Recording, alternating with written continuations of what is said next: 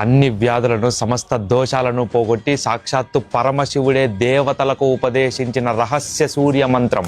అతి సులభమైన అద్భుత శక్తి కలిగిన మంత్ర సాధనా విధానం ఈ వీడియోలో తెలుసుకుందాం. శివమహాపురాణంలో ఒకసారి దేవతలు శివుణ్ణి అడుగుతారు, స్వామి అందరూ పూజింపతగ్గ అతి సులభమైన శివారాధనను మాకు ఉపదేశించండి అని.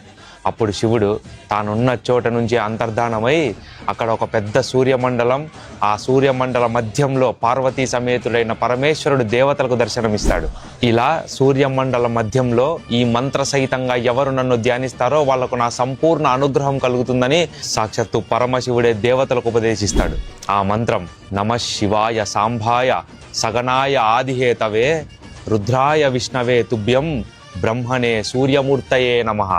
మంత్రార్థం తెలుసుకొని ప్రతిరోజు ఎవరు ఈ పంచాక్షరి గర్భితమైన మంత్రంతో సూర్యమండల మధ్యంలో ఆ పరమేశ్వరుణ్ణి ధ్యానించి నమస్కరిస్తారో వారికి సమస్త జాతక దోషాలు, సమస్త రోగాలు పోయి సకల శుభాలు కలిగి చివరికి ఆ పరమేశ్వరుడిలోనే ఐక్యం చెందుతారని పద్మపురాణ వాక్కు. మీకు తెలిసిన శివభక్తులకు ఈ రీల్ షేర్ చేయండి.